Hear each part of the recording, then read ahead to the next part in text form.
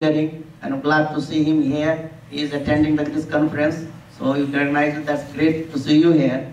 So with this note, I would like to welcome Mr. Gyanchand Acharya to say a few words for our conference. His Excellency Ambassador Dr. Karti, distinguished visitor from Nepal, Mr. Dhruvaraj Thapa, President of Nepal Engineers Association, and distinguished participants, dignitaries, members of the American Society of Nepalese Engineers, and ladies and gentlemen. I would like to thank the ASNEngr and the Nepalese engineering and scientific community in the Greater New York area for organizing this very important conference.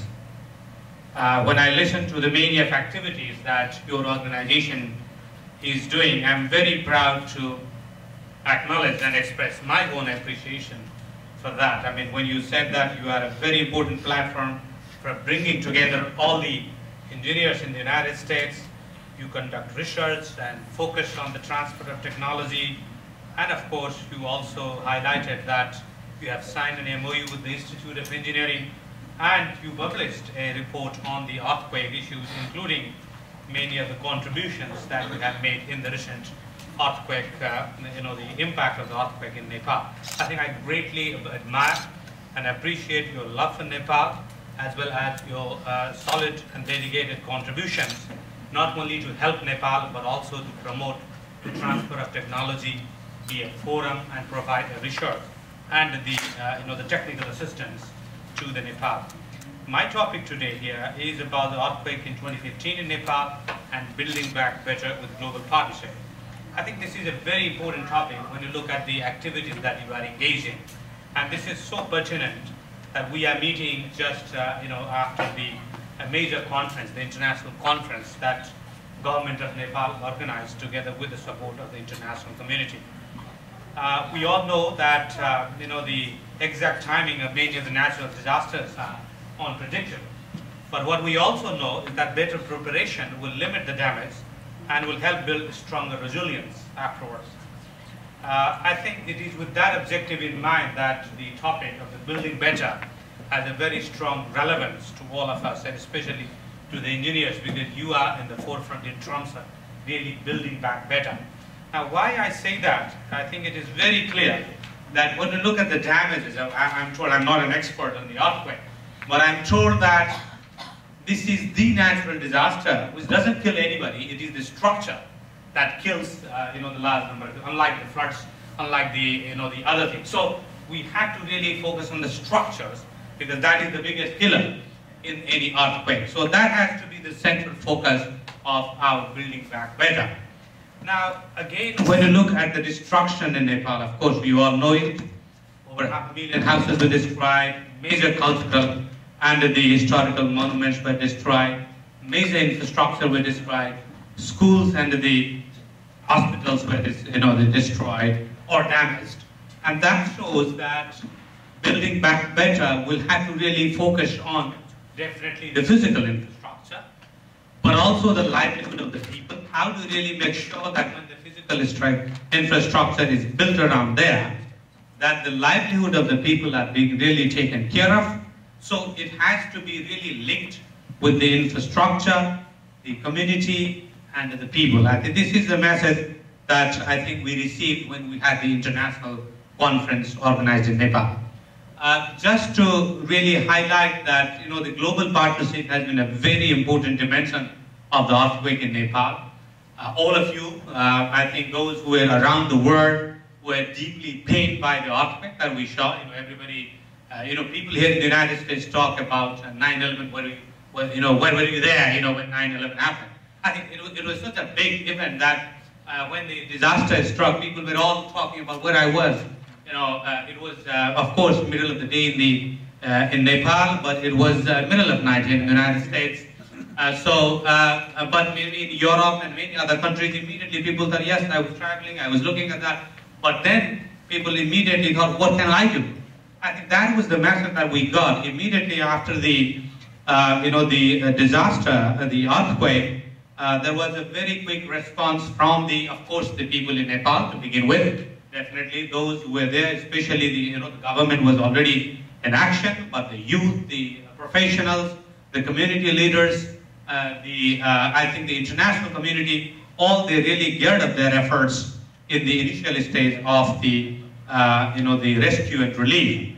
The fact that almost 34 countries responded to Nepal's request for help, over 60 countries contributed to that, and immediately the United Nations, the World Bank, the ICRC, the Red Cross, and everybody get engaged in that is also a testimony that the international community, both the the real sense of the international community, but also those Nepalese diaspora were immediately into action in terms of really engaging in the rescue and relief. That is very important for us to really look at when we think about building back better. The first phase of the rescue and relief is over, but the reconstruction and the recovery is going to take a long time. There is an immediate short-term, the immediate recovery and the reconstruction, but there will be a longer-term, medium-term recovery and reconstruction that we have to look at. Now, when you look at the, natural disaster, we have to really look at the earthquake from all its dimensions, because that will give us a better perspective in terms of the global partnership that is required. The cost, the financial cost was very high. If you look at the international conference and the... मलाई पनि एकदमै आफ्नो फिलिङहरु भन्न सजिलो हुन्छ कि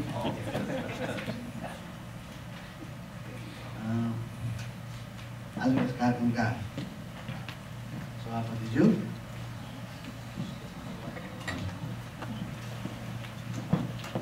जो यहाँ आज हुनुहुन्न, विशेष कारणले यहाँ उपस्थित हुन सक्नु भएन, राजेन्द्र श्रेष्ठज्यू, आजका यस कार्यक्रमका विशिष्ट अतिथि, प्रमुख अतिथि, संयुक्त राज्य अमेरिकाको लागि नेपाली राजदूत डाक्टर अर्जुन कुमार कार्कीज्यू, विशिष्ट अतिथि ज्ञानचन्द्र अधिकारीज्यू, आदरणीय ज्ञानचन्द्र आचार्यज्यू, प्रदीप खनालज्यू, उपेन्द्र कर्णज्यू, यहाँ उपस्थित अमेरिकामा बस्नुहुने अत्यन्त विशिष्ट इन्जिनियर साथीहरू, मिडियाका साथीहरू, यहाँ उपस्थित सहभागी साथीहरू, लेडिज एन्ड जेन्टलमेन, म मेरो हार्दिक अभिवादन, नमस्कार। सबैभन्दा पहिला त मलाई आज तपाईहरुले जुन निमन्त्रणा गरेर यहाँ बोलाउनु भयो र यो तपाईहरुको American society of Nepal Nepalese engineers को यो engineering science and technology for future भन्ने एनुअल कन्फरेन्समा भाग लिने मौका दिनुभयो, त्यसको लागि म हार्दिक आभार व्यक्त गर्न चाहन्छु सम्पूर्ण कार्य समितिका साथीहरूप्रति र आयोजक साथीहरूप्रति पनि। र हिजो मात्रै म र मेरो श्रीमती अमेरिका आइपुग्दाखेरि यहाँ उपस्थित साथीहरूले जुन किसिमले स्वागत गर्नुभयो र जुन किसिमको स्वागत सत्कार यहाँ हामीले पायौँ, त्यसको लागि पनि म आभार व्यक्त गर्न चाहन्छु। र यो कन्फरेन्स जुन अत्यन्तै गहन विषयमा engineering science and technology for future भन्ने विषयमा हुन गइरहेको छ र त्यसमा पनि नेपालमा हालसालै गएको भूकम्पप्रति बढीभन्दा बढी डिस्कस भइरहेको छ। त्यसले अत्यन्त राम्रो एउटा कन्क्लुजन निकाल्नेछ र अत्यन्त सफल हुनेछ यो कन्फरेन्स भन्ने पनि म आशातीत छु र यसको लागि म सम्पूर्ण साथीहरूलाई हार्दिक शुभकामना पनि व्यक्त गर्न चाहन्छु। वास्तवमा आज साइन्स एन्ड टेक्नोलोजीको जमाना छ भनेर हामी सधैँ भनिरहेका छौँ। जुन जुन देशमा इन्जिनियरिङ साइन्स एन्ड टेक्नोलोजीलाई अगाडि बढाइएको छ, यसलाई प्रशय दिएको छ र यसलाई चाहिँ नि महत्त्व दिएको छ, यो देशहरू हाम्रो सामान्य संसारमा सबैभन्दा विकसित राष्ट्रको रूपमा चिनिएका छन्, नभए पनि विकसित हुँदैछन्। र दुर्भाग्यको कुरा हो, हामी सबैलाई थाहा छ नेपालमा आज केही कुरा हुन सकेको छैन। इन्जिनियरिङ साइन्स र टेक्नोलोजीलाई अत्यन्त पछाडि पारिएको छ।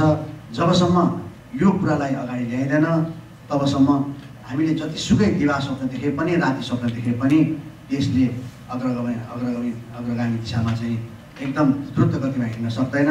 देशमा इन्फ्रास्ट्रक्चर डेभलपमेन्ट हुन सक्दैन। जबसम्म देशमा इन्फ्रास्ट्रक्चर डेभलपमेन्ट हुँदैन तबसम्म देशमा आर्थिक उन्नति हुन सक्दैन, जबसम्म आर्थिक उन्नति हुन सक्दैन तबसम्म राजनीतिक स्थिरता पनि आउन सक्दैन, र जबसम्म राजनीतिक स्थिरता आउन सक्दैन तबसम्म शान्ति पनि हुन सक्दैन भन्ने हामीले ठम्ब्याएका छौँ।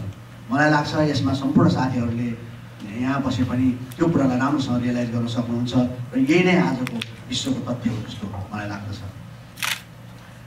तपाईँहरूको यो प्रयासले यहाँबाट निस्किएका कन्क्लुजनहरू नेपालमा पनि पठाइदिनु भयो। हामीले के गर्नुपर्छ, कसो गर्नुपर्छ भन्ने कुरा अलिकति चाहिँ नि भनिदिनु भयो भने सायद नेपालले पनि नेपालमा भएका गैर प्राविधिक व्यक्तित्वहरू, गैर इन्जिनियरहरू अथवा गैर साइन्टिस्टहरूमा पनि यो कुरा हामीले दिमागमा पार्न सक्यौँ भने अनि बल्ल इन्जिनियरिङ, साइन्स र टेक्नोलोजीले केही प्राथमिकता पाउनेछ।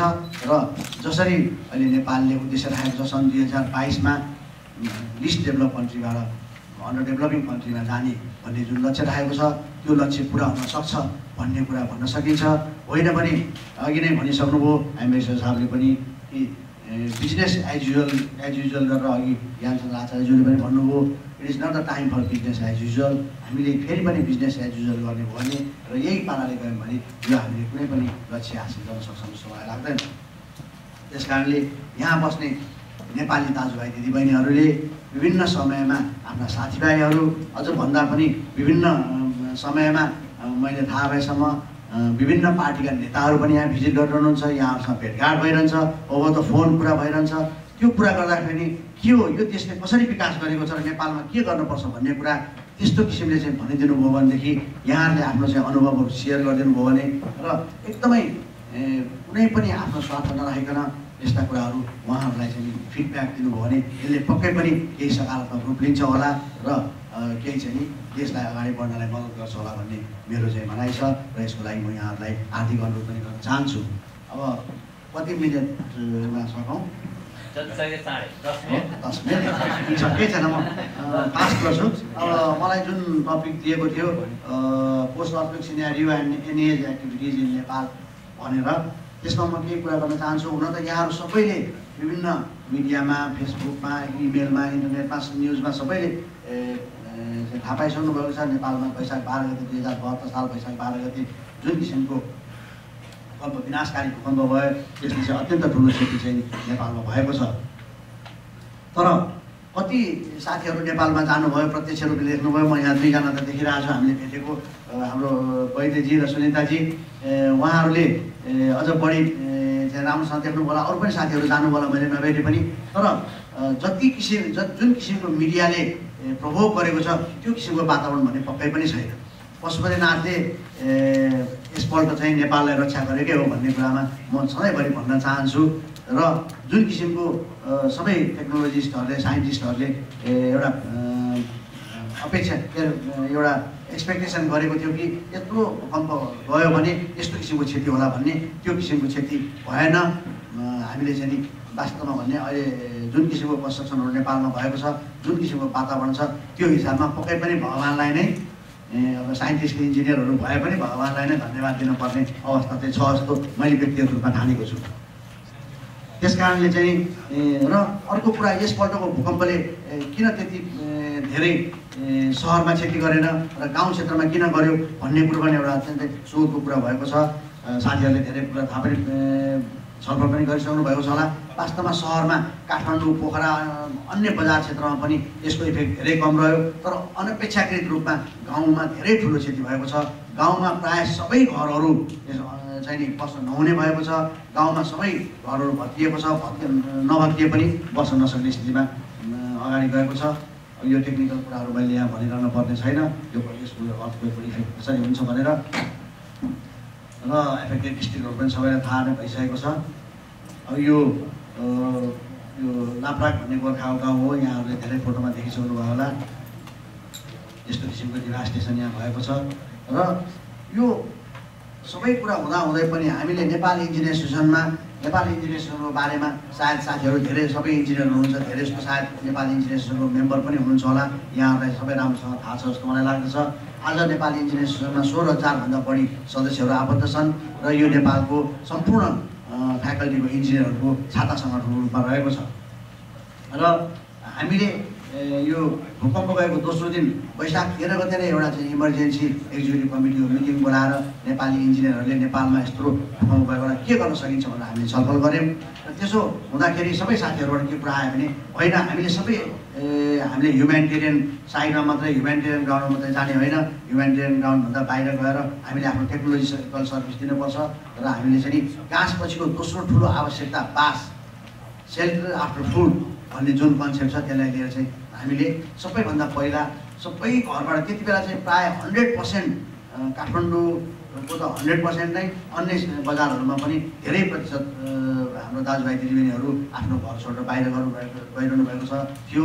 र त्यो अवस्थामा धेरै जस्तो इन्जिनियरलाई नै पनि, किनभने नेपालमा अहिलेको जेनेरेसनले नभोगेको घटना हो यो, इन्जिनियरहरूले पनि कस्तो किसिमको घरमा बस्न सकिन्छ, कस्तो किसिमको घरमा बस्न हुँदैन, यो चाहिँ यो लिभेबल छ कि छैन भन्ने कुरा चाहिँ छुट्याउन गाह्रो थियो। त्यस अवस्थामा हामीले के भन्यौँ भनेदेखि र ठिक छ, त्यसको नेक्स्ट डे चाहिँ सेल्टर क्लस्टरको मिटिङ थियो department of urban development and building कन्स्ट्रक्सनमा।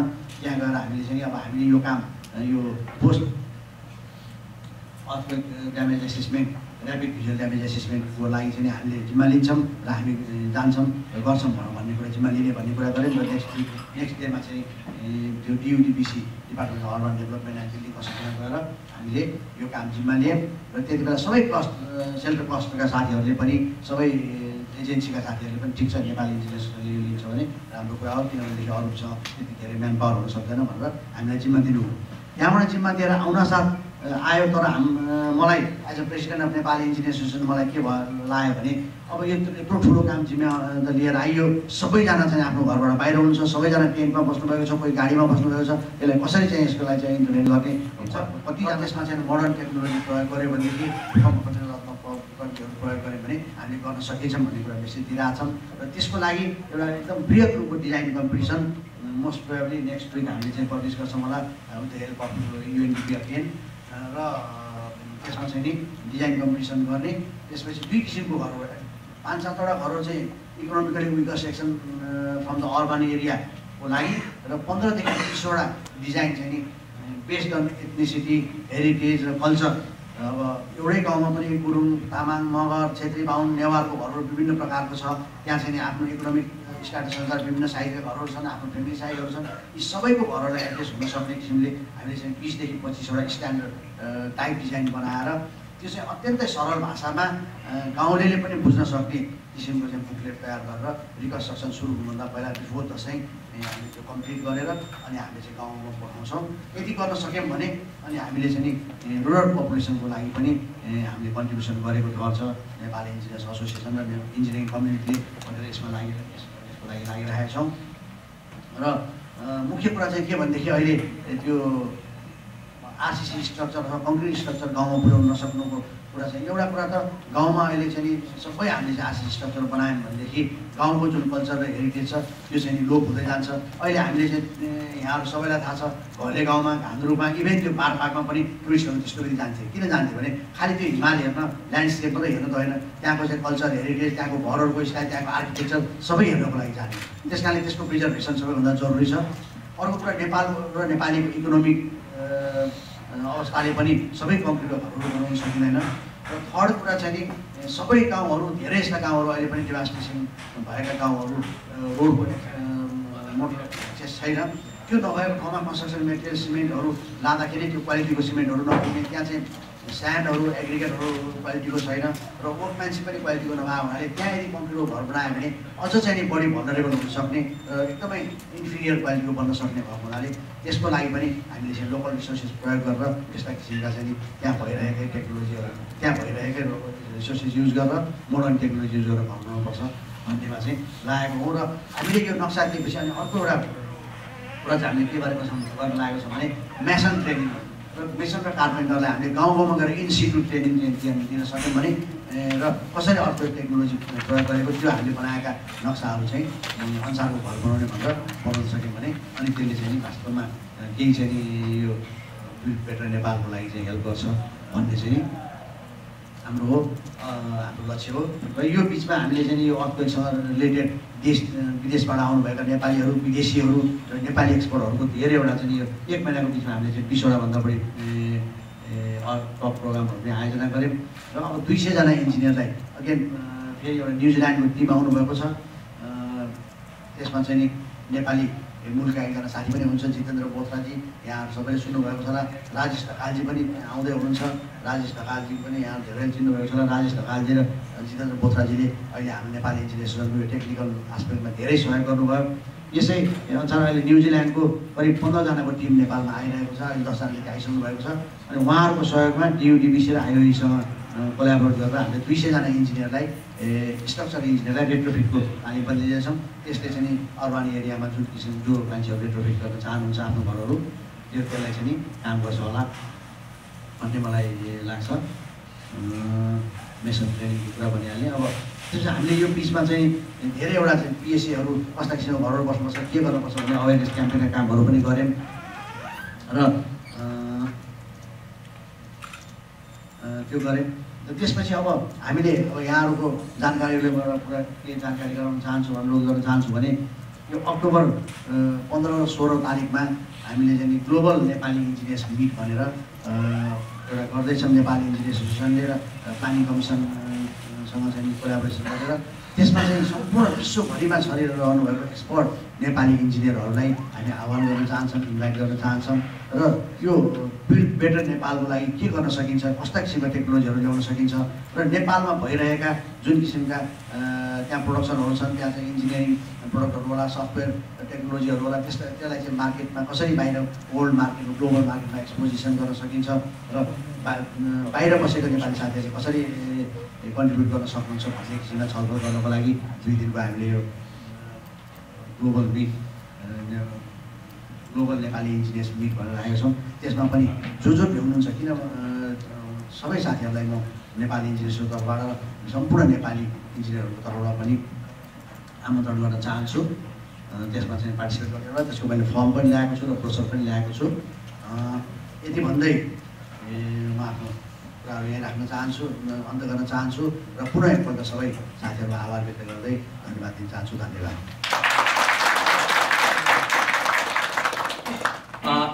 Just a couple of questions. Dr. Upreti has one question for both of them. Yeah, both of them. Let's open for a couple of questions. Brief ones. Well, first of all, I like to really, appreciate the perspective, especially in view of this colossal catastrophe that took place in Nepal.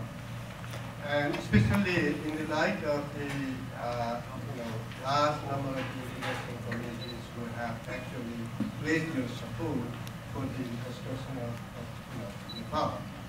I think we should be mindful of the fact, especially that happened in Haiti. What is the exact modality and the mechanism of the international community? They are going to be involved in the reconstruction process of Nepal. If it is going to be more or less like exactly what happened in Haiti, this is not going to be very helpful. So I'd like to draw your attention, to the fact that what should be the exact modality and the mechanism of the international community's involvement in the reconstruction process of Nepal, because what we have seen is they go with their team of experts, with all the infrastructure paraphernalia, and whatever the amount of the money they have committed, that ends up having come back to debt. So if it is going to be more or less, the same in the case of Nepal, that's not going to be helpful. Thank you. अहिले भर्खरै तपाईँले राष्ट्रिय समन्वय परिषदको message सुन्नुभयो र गैर-आवासीय नेपाली सङ्घ राष्ट्रिय समन्वय परिषद र अन्तर्राष्ट्रिय समन्वय परिषद छ। अन्तर्राष्ट्रिय समन्वय परिषदबाट यो सम्मेलनको सफलताको कामना गर्दछु। हामी जम्मा 6 वटा region Asia, Europe, Middle East, Oceania, America and Africa 6 वटा रिजन छन् र त्यसमा 71 कन्ट्रीमा अहिले गैर-आवासीय नेपाली सङ्घ इस्टाब्लिस भएको छ र तपाईहरू सबै इन्जिनियरहरूसँग मिलेर गैर-आवासीय नेपाली सङ्घले पनि अगाडि बढ्ने जमको गरेको छ। त्यहाँ पैसाले मात्रै अथवा बोलेर मात्रै नहुनेछ, इन्जिनियरहरूको जरुरी छ। तपाईहरू जस्तो मान्छेको खाँचो छ नेपाललाई। सबै भक्त साथीहरूले भनिसक्नुभयो यो कुरा। त्यति भन्दै पुनः एकपटक अर्गनाइजिङ कमिटीलाई धेरै धन्यवाद दिँदै यो सम्मेलनको सफलताको कामना गर्दछु। Good morning. Well, I think your presentation in this session is going to arouse a lot of interest and a lot of questions. So we just like to request you to limit your presentation within the time, if possible. Actually, it will be far better if you can finish your presentation a little earlier and leave rest of the time for questioning, because, you know, assuming that your presentation is going to be very, very interesting and it's going to arouse a lot of questions, and we would like to have the participation from the floor as much as possible. Thank you very much. So one thing I would like to add, we will entertain maximum of 2 questions per speaker, maximum of 2 or less. So let's take that into account while making the presentation. So okay, let's get started with our first presentation. The title of the presentation is On Earthquake Preparedness and Disaster Relief in Nepal, a position paper, a joint initiative of American Society of Nepalese Engineers, America Nepal Medical Foundation, and Computer Association of Nepal, USA. And it's being presented by Dr. Ramesh Malla. Thank you.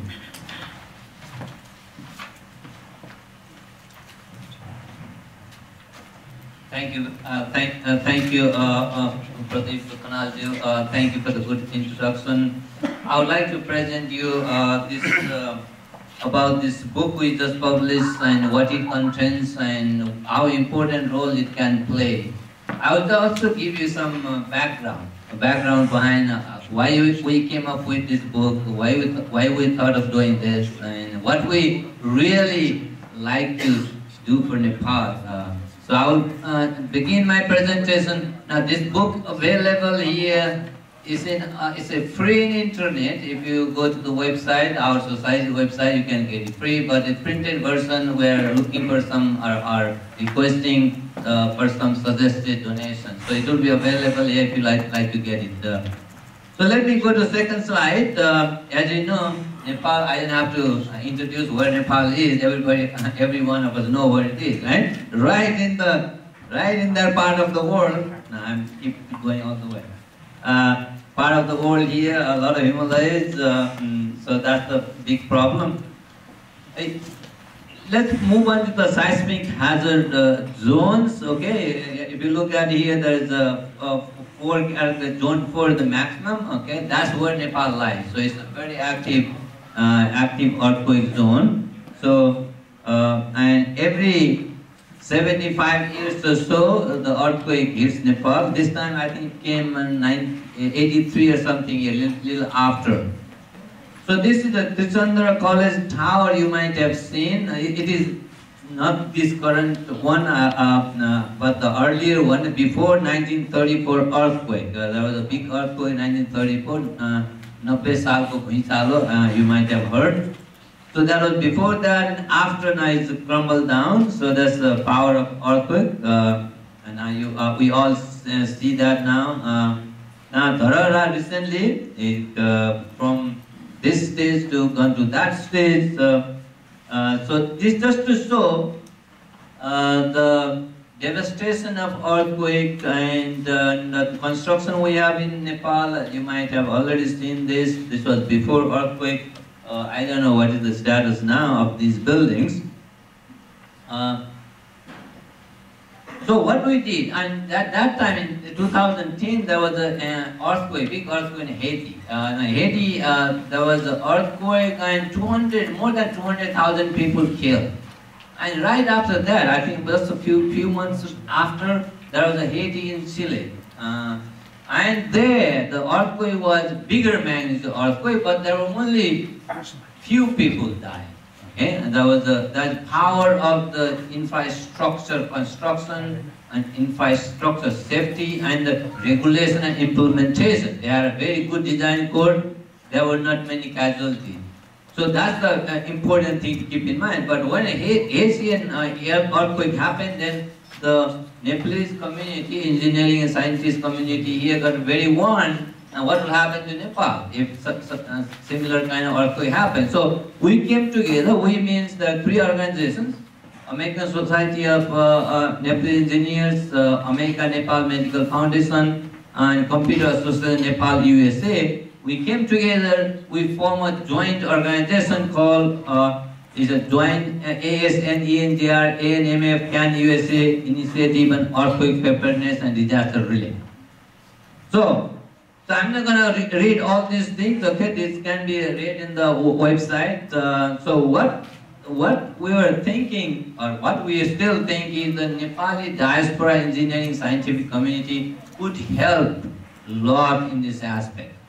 So that in mind, we formed this joint initiative, and a lot of benefit we can get from there. We want to target all these critical areas: infrastructure, telecommunication, medical preparedness, short and long-term relief operations, all right? And we wanted to also target the pre-earthquake, during the earthquake, and post-earthquake circumstances. So those were all in our mind. So we wanted to get something done, and we came up with the idea, well, okay, let's see what Nepal has done so far, okay, and what's been already done, and what we could do.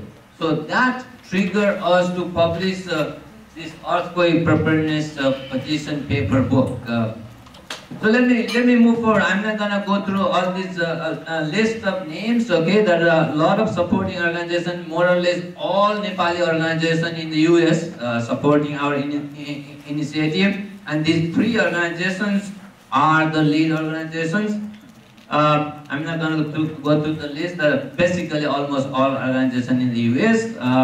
And we formed 3 committees: steering committee, full committee, and the subcommittees under each of the organizations. Right? So that many people take a lead on those. There are names of the membership. Again, I'm going to skip that these names. Basically, maybe 7-8 people from each of the 3 organizations came together to make the committees. And also we had colleagues from Nepal, NSET, and IOU, Institute of Engineering, Institute of Medicine, and other organizations. And on top of this, these are the regular members, key members. On top of this, we invited a lot of experts from Nepal as invited guests. Okay? So they cover a lot of different organizations in Nepal. So I'm gonna go through the list quickly here, just passing out. Now from NAST, you might have NAST, Nepal Academy of Science and Technology, and we had meeting with the US Embassy in Nepal and other organizations in Nepal before we published this petition paper. Now this is the book cover, front cover, and the back cover. It was published in May 1st. We published that papers. I'm going to pass this again, moving quickly here. Now, what happened? This is interesting story. We were just about to publish. So 1 week before we publication time, the Nepal earthquake happened. This earthquake. Now we're in dilemma. Do we publish it or not? Wait for it, right? So what we thought was, let's go ahead and publish, and we have a special note, editor's special note, that book. But the good thing about this book is we don't concentrate one specific earthquake. The thing we have in the book, good for any earthquake. So that, with that in mind, we went ahead and published this petition paper. So I'm not going to read this again. I think that the book is, again, I said it's on the website, all the 3 organizations' website. You can download if you like to read them. I'm going to just hit the main point. So what does this book cover basically? Describe the challenge Nepal will face during the devastating earthquake. It gives some recommendation, it gives some guidelines, okay? Covers engineering infrastructure, covers medical areas, covers communication areas, and it covers, again, as I mentioned, pre-earthquake, during earthquake, and post-earthquake situation. Alright, those are the things I just mentioned here: pre-earthquake, during earthquake, and post-earthquake, conclusion, recommendation. And I just put it here in the table of content. We have tons of topics of tons of them. So I think it's very worth looking at it and at least get some idea what goes on preparing for earthquake. I'll pass this around again. Okay. Now, if you look at here, we start hitting pre-earthquake and objective there, introduction, objective, and literature review. We did what kind of work has been done in Nepal already, and we went to the current status, what is there in Nepal already, what the government is doing, what other sectors doing about the earthquake preparedness. And if you look at there, then we start hitting the pre-earthquake activities, infrastructure, and communication and other things, and very many subtopics there. And then we move to during the earthquake period, chapter 7 basically. It talks about during earthquake. And again, we hit many subtopics. And chapter 8 is for post-earthquake. What needs to be done after the earthquake. And then we move to I'm about to finish the summary and conclusions and references, and we have appendices there. So it's a pretty complete book. So I think this is the main thing we came up with after our study on this topic. Basically, we proposing that high-level national earthquake preparedness disaster relief center be formed in Nepal. Establish a national building and vital infrastructure core council. I think they already might be there, but again, Mr. Acharya mentioned before, implementation is the problem. And consider moratorium to restrict construction of certain structures. Very important thing, because depending on the geotechnique, depending on the location, we got to be very careful about what kind of structure we're going to build. And develop grassroots community level education. Honorable Mr. Acharya and all the colleagues. Actually, yeah, it is interesting, you know. I'm going to be the first one. So, but it's okay. Actually, I would like to share my experience while I was in Nepal. Actually, I spent about 7 weeks in Nepal after the earthquake, and then I went through like many things. Among them, I focused on 2 parts. One is the technical part, and another is the social part. So I would like to share with you, and then I have some recommendation if we can adopt. So, being said that, I'm going to start my presentation. And the topics is post-2015 earthquake. It is the time to practice the participatory engineering. So, actually I would like to go through some pictures. Actually, what was the condition when I was there. So, sorry, went back.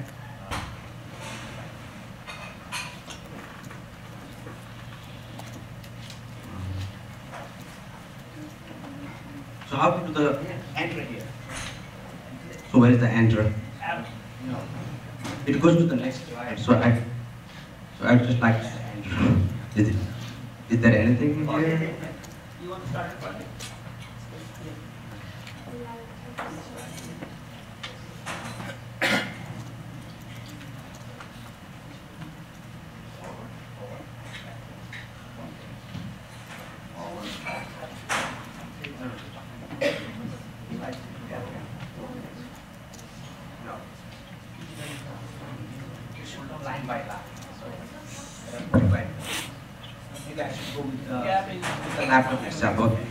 Again, I have to use the laptop again.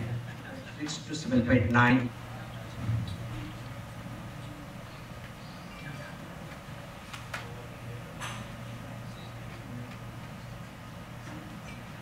So, yeah, what happened after the earthquake? Yeah, we all know, it is just a figure. More than 8,700 people died, more than 22,000 injured, almost 6 million people affected, and more than 26 hospitals damaged. It's just the hospitals. It doesn't include the health post or the health center. And then more than 500,000 houses were destroyed, and the total loss and the damage, it is estimated by the PTNA, it is almost $7 billion US.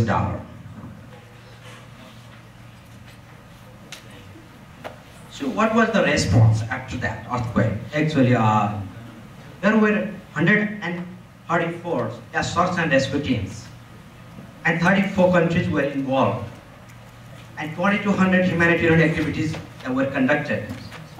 And how much amount is committed, I think, Honorable Mr. Acharya already told that, we already got more than half committed, half of that commitment.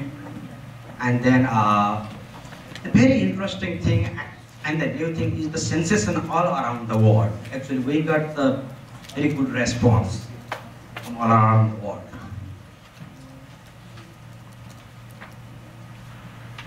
These are the common pictures, actually, I think you can see there is original Himsen Stamba, and now you can see in the picture. And this is the another picture in Sindhupalchok, as you walk, you can see such pictures everywhere.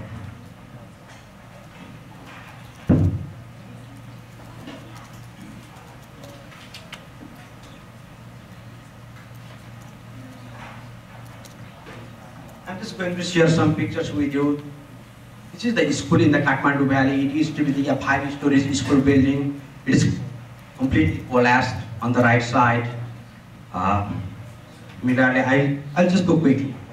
This is the Schema Darbar.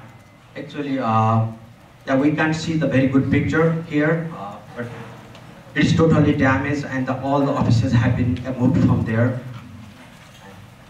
This is the very common picture.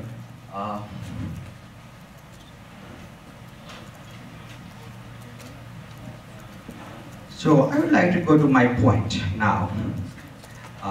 Actually, now we are talking about the reconstruction and the rebuilding of Nepal. So what we are doing, or what is happening now is, everybody started working on by their own at the beginning. And after that, all the local NGOs and the institutions are working. Besides that, INGOs and the multinational companies are working. Also, all the volunteers, all around the world are helping, including the Nepalese government too. So it is just a figure who are working on that part. Now, as you see on that picture, actually I traveled from Sindhupalchok to Gorkha and Lamjung to Dolkha, and I talked to the people. And they are telling me that they don't know what to do next. Even they don't know any relief is coming on or not. So what happened with their school and what happened with their health post, they don't know. And they all are waiting on the road and just hoping that somebody will come on the truck and distribute the relief material. So it was the condition. That's why I realized that actually our system was like this. Actually the policy maker are on the top, actually the government people are on the top, and they are advising the technical team to rebuild. It goes to the technical team, especially the engineers and the planners, and then ultimately it goes to the people and the community to do that. So I thought there is something wrong with this trend. Actually, we need to change something here, and that's why I decided to talk to some people and the authorities over there. Actually, you can see, and then I started to talk to the people first. So what is the problem? So what they knew? And then I would like to go to the authorities. So if I can recommend something, how we can improve the situation. That's why, I divided this paper, this presentation into 3 parts. What is the people's perspective? So what is the authorities' perspective? And what are the technical person and the engineers are doing there? And what is their role? So at first I went to the people at the village. I sat down with them and I spoke with them. So they just told me it is lack of information, that they don't know anything. And the second point is they don't have any mechanism or place to participate in this process. The next thing is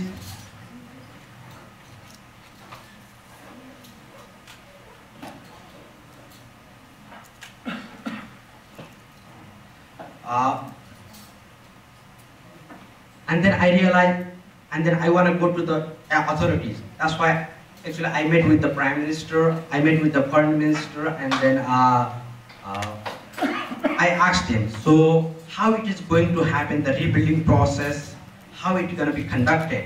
And then I'm suggesting them that if we can do something to incorporate the people and the other stakeholders and the engineers in this process, so that we can better move forward in